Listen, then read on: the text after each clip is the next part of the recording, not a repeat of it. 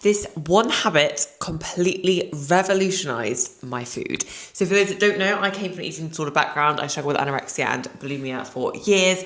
And then I had disordered eating with like emotional eating, a bit of overeating for quite a long time as well. I'm a fully qualified coach. I've been in the fitness industry for almost a decade. And I've helped hundreds and hundreds of women at this point feel amazing, lose weight, tone up, get consistent, and get confident. And I love helping women break this terrible habit that many of us have. So if you're a similar age to me, whether you're a bit younger or whether you're a bit older, you probably did grow up in a world and an era that was very body shaming, very diet heavy. A lot of us did Slimming World, Weight Watchers, all of the things. I was very guilty of doing those growing up. And it taught me to restrict. I grew up in a world of restriction, which obviously led into anorexia. But even when I sort of recovered from that and fell more into like disordered eating, I really struggled with like restriction. It's something that so many of us are lent into because we're taught that we need to eat less to lose weight. Now, obviously the science doesn't lie. To lose weight, you need to be in a calorie deficit. But the absolute game changer habit that I have found over the last few years that has revolutionized me being in shape. I've stayed in good shape for years and I'm not yo-yoing constantly, and I get so many clients to look incredible and get shredded by doing this, is by stopping the restriction. Now, what I mean by that is having no food off limit. So a lot of my clients track their calories, but I do also work with incredibly busy women, like some of the most time poor women you'll find.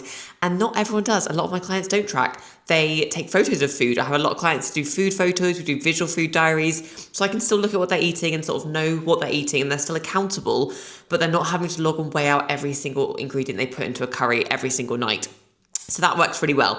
But the big focus in our coaching is around adding, not subtracting. So what I mean by that is, instead of me looking at someone's diet and going, take away that bread, get rid of the pasta, get rid of the fats, like get rid of this. Obviously, sometimes there might be little changes we can make. There might be little tweaks we can make. There might be little additions we can make. But the main focus is adding. It's, okay, actually, I think you need more fiber in your diet. Let's add some fruit and vegetables.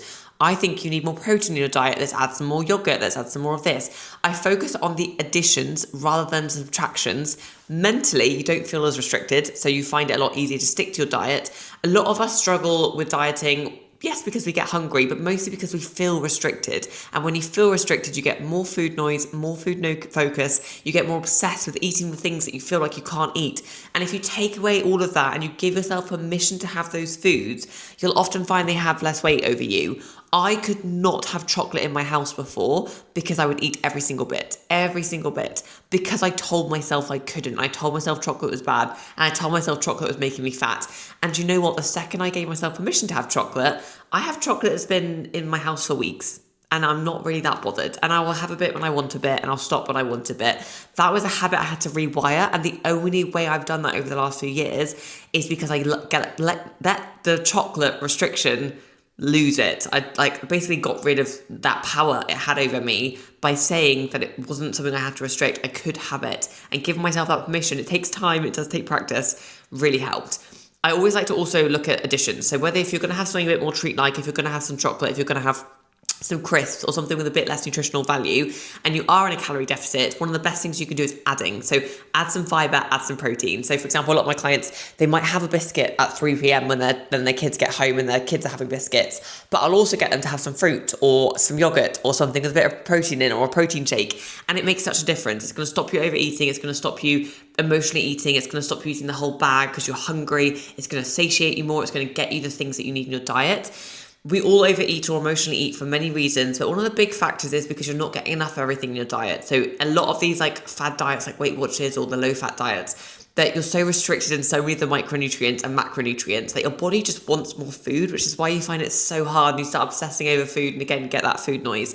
So if you struggle with your diet, first of all, give me a follow, because I do bi-weekly videos where I give tons of tips and tricks, and I'll also put my Instagram in the caption below, where I do daily information and tips and free advice over there.